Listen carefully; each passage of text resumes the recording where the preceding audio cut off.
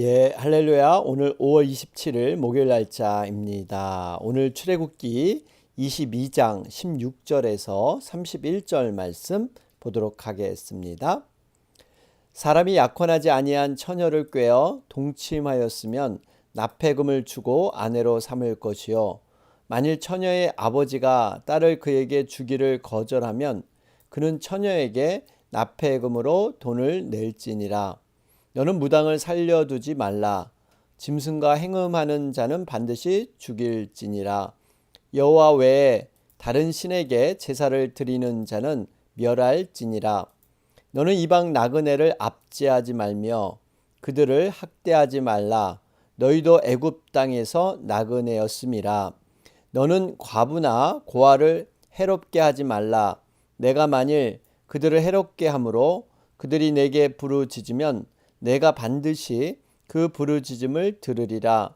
나의 노가 맹렬함으로 내가 칼로 너희를 죽이리니 너희의 아내는 과부가 되고 너희 자녀는 고아가 되리라.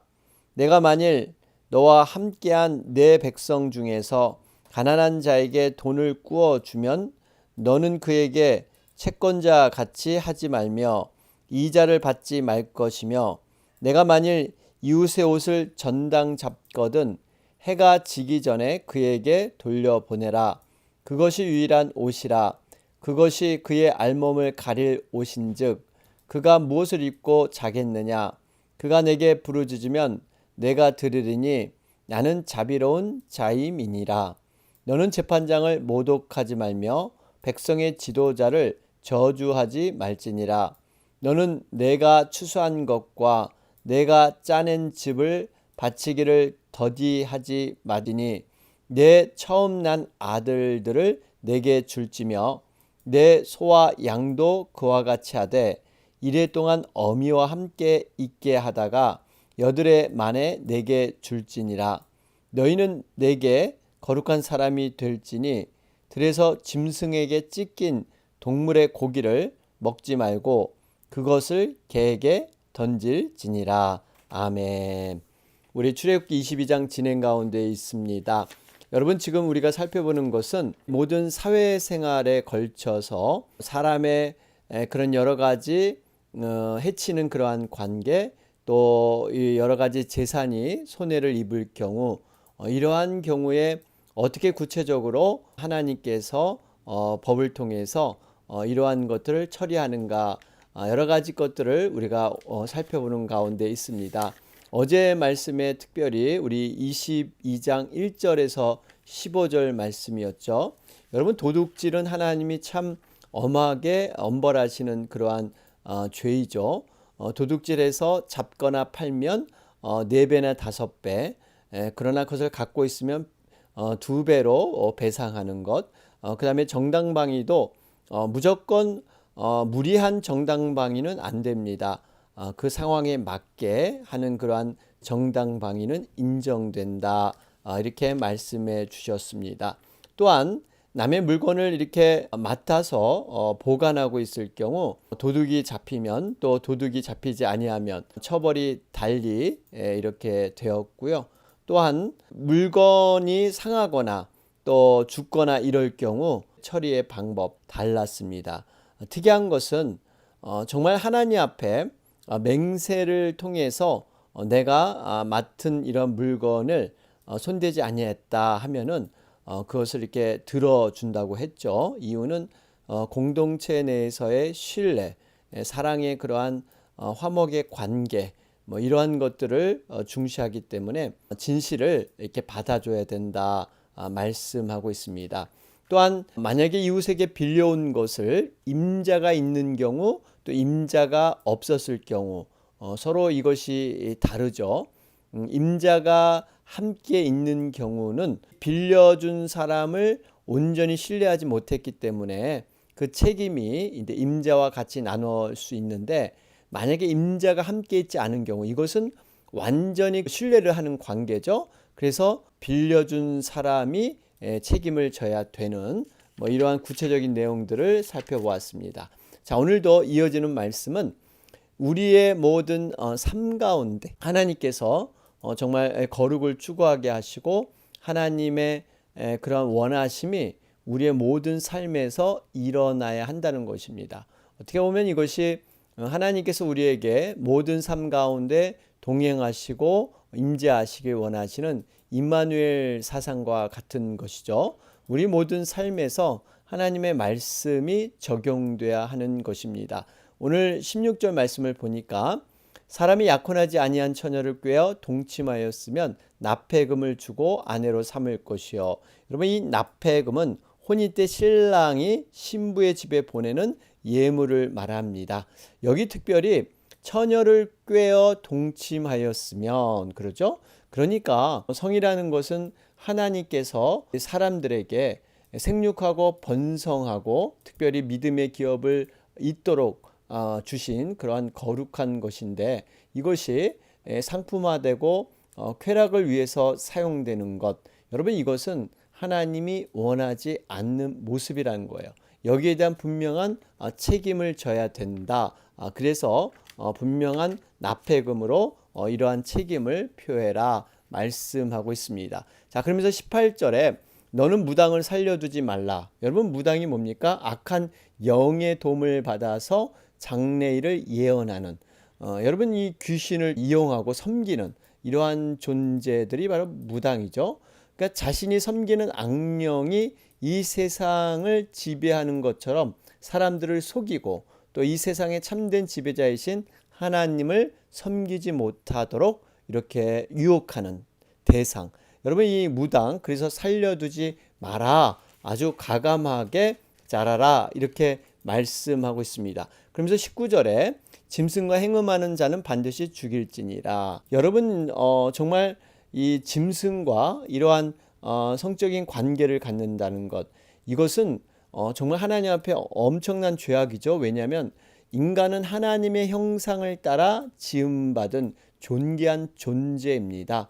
그런데 이러한 행위를 통해서 스스로 짐승과 같은 존재로 전락해 버리는 것, 이것은 개인적인 문제이기보다 정말 하나님의 형상이 파괴되는 이러한 하나님에 대한 도전 행위다, 이렇게 보는 것이죠. 그렇기 때문에 여러분, 이것은 정말 하나님 앞에 패역한 존재로 멸망을 당할 수밖에 없다 하는 것을 볼 수가 있습니다. 신명기 27장 21절에도 무릇 짐승과 교합하는 자는 저주를 받을 것이라 할 것이요 모든 백성은 아멘 할지니라. 여러분, 우리는 정말 하나님의 존귀하신 형상을 따라 지은 그러한 존재임을 늘 기억하면서 거룩의 존재로 살아가야 될 줄로 믿습니다. 20절 말씀을 보면 여호와 외에 다른 신에게 제사를 드리는 자는 멸할지니라. 여러분, 제사를 드린다, 제물을 바친다는 것은 뭡니까? 그 신의 힘을 통해서 내가 무언가 얻을 수 있다, 그러한 믿음이 있기 때문에 제물을 갖다 바치는 것이죠. 결국 다른 신을 섬기는 것과 같습니다. 여러분, 이것은 하나님께서 이미 십계명을 통해서 제일 첫 번째, 나 외에 왜 다른 신을 두지 말라, 이렇게 말씀하신 거와 우리 흡사한 내용들입니다. 여러분, 얼마나 중요한 그러한 계명인지 모릅니다. 우리가 하나님 유일신 하나님만을 섬기는 것, 여러분, 이것이 우리에겐 복된 삶으로 인도되는 줄로 믿습니다. 그러면서 21절에 이방 나그네를 압제하지 말며 그들을 학대하지 말라. 너희도 애굽 땅에서 나그네였습니다. 여러분, 이 지금 이스라엘 백성들의 특성은 애굽에 종살이 하다가 결국 광야에서 그토록 정말 고생하면 나그네의 깊은 그런 심정을 경험해 보았습니다. 그래서 자신이 이방 나그네였다 하는 그러한 입장을 잃어버리지 말고 다른 나그네들을 힘들게 하지 말라. 이것이 하나님의 가르침이시죠. 내가 정말 원치 않은 고난의 길에 처했을 때 우리가 한 가지 기억해야 할 것은 왜 하나님께서 이러한 고난의 길로 나를 인도하셨을까? 그것은 그 상황을 깊이 경험하면서 그 상황에 있는 분들을 이해하고 그분들을 긍휼히 여길 수 있는 심정을 허락하기 위해서 우리를 때로는 그러한 고난에 하나님이 인도할 수 있습니다. 어떻게 보면 상처받은 치유자라 그러죠. 아픈 사람들, 자신이 진짜 아파 보니까 그 아픈 사람들의 그 힘듦을, 그 어려움을 직접 체험하게 되는 것이죠. 그래서 아픔에 있는 분들을 위로하고 치유하는 역사들, 바로 이것이 하나님께서 우리를 여러 가지 다양한 삶의 상황 속에 밀어넣는 그러한 하나님의 계획이다 하는 것도 보게 됩니다. 자, 그러면서 22절 말씀에 과부나 고아를 해롭게 하지 말라. 여러분, 이렇게 해롭게 하면 어떻습니까? 23절 24절에 보니까 굉장히 단호하게 말씀하십니다. 만약에 해롭게 하게 되면 그 해롭을 당한 그들이 부르짖게 되면 내가 반드시 듣게 되는데, 24절에 이렇게 해롭게 한 사람들은 칼로 너희를 죽이리니 너희 아내가 과부가 되고 너희 자녀는 고아가 되리라.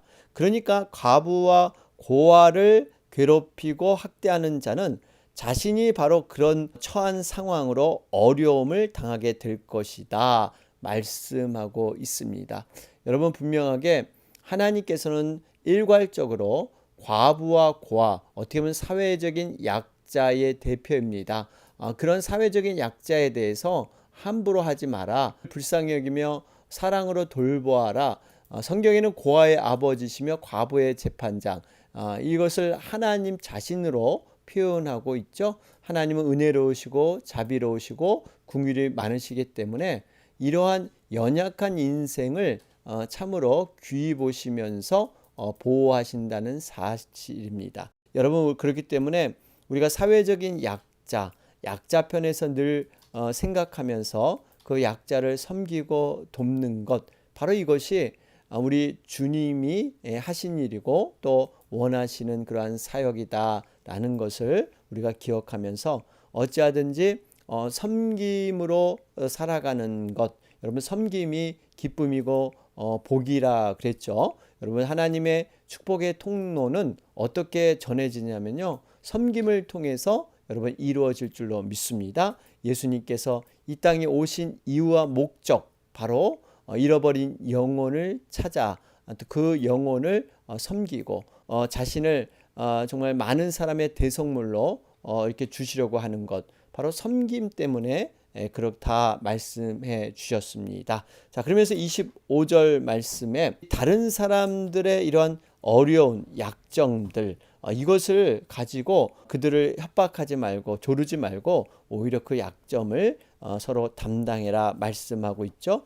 가난한 자에게 돈을 구워주면 너는 그에게 채권자와 같이 하지 말며 이자를 받지 말 것이며. 여러분, 가난한 자에게 이자를 받고 이 돈을 꿔준다는 것, 되도록이면 여러분, 믿는 자들끼리는 돈 거래를 하지 마라, 목사님들이 이렇게 말씀하시는데요. 여러분, 이 돈 거래가 참 쉽지 않습니다. 아예 가난하면 정말 가난한 자들에게 도움을 주는, 실제적인 도움을 주는 이러한 일을 하지, 어떠한 이자를 받아서 돈을 꿔준다 하는 것은요, 바람직하지 못합니다. 특별히 지금 오늘 이 본문 말씀은 이게 채권자와 같이, 여러분, 이게 돈을 꿔준 사람들 얼마나 빚쟁이의 그러한 그 시달린 사람들에게 윽박지르면서 돈을 이렇게 갚아라, 이러한 독촉하는 것, 이런 것이 잘못되었다는 것입니다. 여러분, 그렇기 때문에 우리가 돈이라는 것은요, 잘 다루어야 되는 것입니다. 자, 그러면서 26절에 이웃의 옷을 전당 잡거든 해가 지기 전에 그에게 돌려보내라. 여러분, 이 옷이라는 의미, 특별히 겉옷을 의미하고 있는데요. 이스라엘 백성들에게는 속옷보다 겉옷이 중요했죠. 왜냐하면 그 지역은 일교차가 아주 심한 곳이죠. 그러한 높은 일교차, 겉옷은요, 어떻게 보면 이불과 같은 역할을 하고 있죠. 그래서 이 겉옷을 여행하다가 밤에는 반드시 이불로 덮어야 하는 이러한 형편에 있습니다. 이 의미는 결국에는 남의 그러한 입장을 깊이 고민하면서 배려해라, 이런 뜻이에요. 그러니까 우리가 자신의 입장보다는 남의 입장을 생각하면서 빨리 그 옷을 이렇게 돌려보내는 것, 이것이 하나님의 원하심이다 말씀하고 있습니다. 자, 그러면서 28절 말씀을 보면 너는 재판장을 모독하지 말며 백성의 지도자를 저주하지 말지니라. 여러분, 이 재판장은요, 그러니까 하나님의 말씀인 율법의 근거에서 백성들에게 발생한 문제를 재판하는 사람, 종교적인 지도자를 가리키죠. 또 백성의 지도자라는 것은 물론 백성을 다스리는 정치적인 지도자를 의미하고 있습니다. 여러분, 그러니까 결국 하나님께서 선택한 리더뿐만 아니라 세상의 리더, 이 분들에 대해서 함부로 모독하고 저주하지 말라는 거예요. 여러분, 모든 권위는 하나님께로부터 비롯됐습니다. 비록 세상적인 그러한 권위, 잘못된 정치의 지도자라도 우리가 그런 분들을 위해서 바로 설 수 있도록 기도하는 것, 그 권위에 우리는 어찌하든지 복종해야 하는 것이 성경적인 견해입니다. 여러분, 그렇기 때문에 하나님께서 세워주신 권위, 모든 세상의 리더들은 그러한 권위를 입고 태어났기 때문에 여러분, 잘못된 길로 갈 때는 우리가 어떠한 비판보다는 위에서 기도하는 것, 그래서 바로 설 수 있도록 그 기도하는 게 중요하고요. 그러한 권위를 또 잘못 사용하면은 하나님께서 그러한 잘못된 권위자들, 리더들은요, 하나님께서 분명한 잣대로 심판을 하실 것입니다. 여러분, 우리가 권위를 갖게 되면 갖게 될수록 하나님 앞에 그 심판의 잣대는 점점 좁아지게 되는 것이죠. 그렇기 때문에 우리가 함부로 권위를 이렇게 우리가 누린다는 것, 어떻게 보면 세상의 성공처럼 보이지만 굉장히 또 조심해야 될, 그리고 여러 가지 보이지 않는 책임감이 함께 따른다는 사실입니다. 여러분, 어쨌든 간에 우리 지도자에 대해서는 우리가 협력하고 또 기도해야 될 대상이다 하는 것들 다시 한번 정리하게 됩니다. 자, 그러면서 29절 말씀을 보시면 우리가 삶의 우선순위가 어디에 있어야 되느냐, 지금 말씀해 주고 있는데요. 추수한 것과 내가 짜낸 즙을 바치기를 더디하지 말지며 내 처음 난 아들들을 내게 줄지며. 여러분, 결국 이 처음 것을 하나님은 굉장히 귀히 여기시면서 첫 것은 내게 바쳐라. 여러분, 하나님 무슨 욕심이 많아서 이렇게 하신 것이 아니라 사실 모든 것이 하나님께로부터 우리는 얻어진 것입니다. 그런데 첫 것을 드린다는 것은 하나님을 인정하는 최소한의 행위예요. 그래서 이것이 우선순위에서 하나님의 것을 하나님의 것으로 올려드리는 이러한 상징적인 의미가 있습니다. 그래서 우리의 삶 속에서 하나님을 가장 우선순위에 두는 것, 그래서 하나님과의 만남의 시간들, 또 물질에 있어서의 11조, 또 우리가 또 하나님 앞에 말씀을 먼저 기억하는 것, 이러한 것들이 우리의 삶 속에 적용될 수가 있습니다. 내 재물과 내 소산의 처음 익은 열매로 여호와를 공경하라.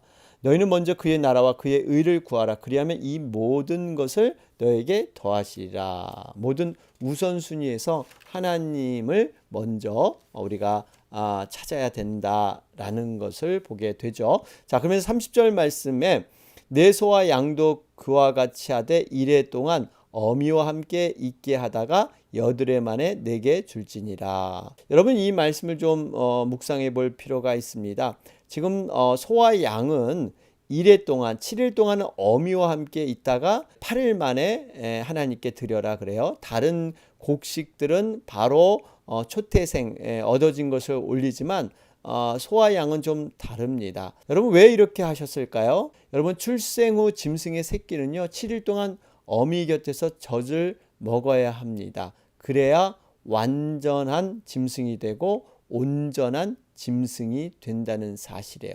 이 의미는 8일 만에 이렇게 바치라고 한 이유가 바로 여기에 있습니다.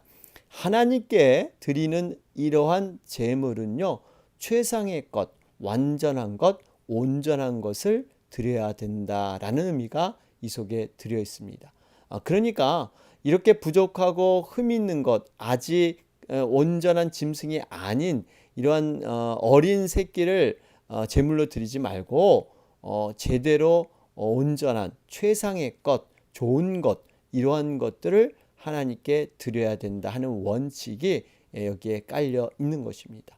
여러분, 우리들도 정말 하나님 앞에 정말 올려드릴 때 시간과 물질과 나의 은사, 우리가 남은 것, 이러한 것을 올린 게 아니라 찌꺼기 이런 것을 올린 게 아니라 우리의 가장 최상의 것, 먼저 이런 것을 드릴 때 정말 하나님께서는 우리의 어떤 마음의 태도, 우리의 모습을 잘 아시죠. 하나님께서 기뻐 받으시는 것, 이러한 흠양의 것, 이러한 모습으로 우리가 올려드려야 될 줄로 믿습니다. 결론적인 말씀 31절입니다.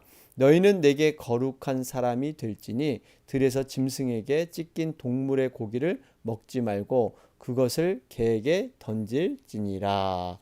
여러분, 들에서 짐승들이 이렇게 죽음을 당한 시체의 고기들이 있습니다.